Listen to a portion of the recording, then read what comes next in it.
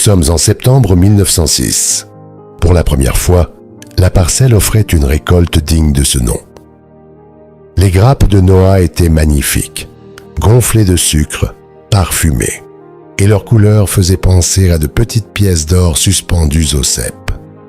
Les habitants de Faleron venaient parfois les admirer. Certains disaient même qu'elles brillaient davantage au coucher du soleil, comme un trésor caché dans les vignes. Les vendangeurs se mirent au travail. Les sécateurs claquaient, les paniers se remplissaient, et bientôt les charrettes prirent le chemin du logis. L'air tout entier embaumait le raisin mûr. Un parfum doux, presque sauvage, différent des autres cépages, plus fruité, plus surprenant. Non loin des rangs de Noah, Marguerite avait recruté une aide inattendue, Madame Raymond, la blanchisseuse de Faleron. « Je viens surtout pour déguster le vin de Noah, » annonça-t-elle. « Chaque chose en son temps, » répondit Marguerite en riant. « D'abord, il faut le mériter. » Et la voilà aussitôt embauchée pour les vendanges.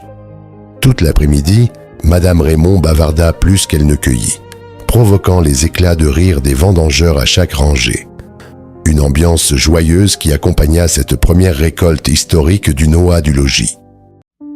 À l'écart des vendangeurs, Bastien et Élise marchaient doucement entre les rangs de Noah. « Tu vois cette vigne, Élise » dit Bastien. « Elle a résisté à tout pour donner ses premiers fruits aujourd'hui. » Puis, après un silence, il ajouta avec un sourire « Je crois que mon cœur a été moins patient qu'elle. » Élise rougit légèrement. Et sous les sarments d'or, leurs mains se cherchèrent pour la première fois. En fin d'après-midi, Évelyne de Belleville rejoignit Armand près de la vigne. Pendant un instant, elle laissa son regard se perdre au loin. Malgré elle, une pensée lui revint, celle de Gaspard, dont le souvenir occupait son esprit depuis sa visite au logis de la Claretière. Le soleil descendait lentement derrière les haies. Les grappes semblaient alors s'enflammer sous la lumière dorée. « Elles sont magnifiques, » dit-elle. Armand contempla la parcelle quelques instants. « Quand je les ai plantées, beaucoup me regardaient comme un homme perdu. » Évelyne eut un léger rire. Et maintenant, Armand laissa courir son regard sur les vignes. Maintenant, il s'arrête pour les voir. Un silence passa entre eux. « Vous aviez raison, » souffla-t-elle. « Peut-être.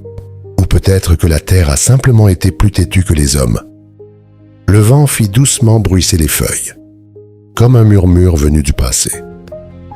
Et pendant un instant, Armand eut la curieuse impression que le logis approuvait silencieusement cette première vendange. Car certaines récoltes valent bien davantage que leur poids. Elles portent avec elles une histoire, un souvenir, une espérance et parfois un secret que seule la terre connaît.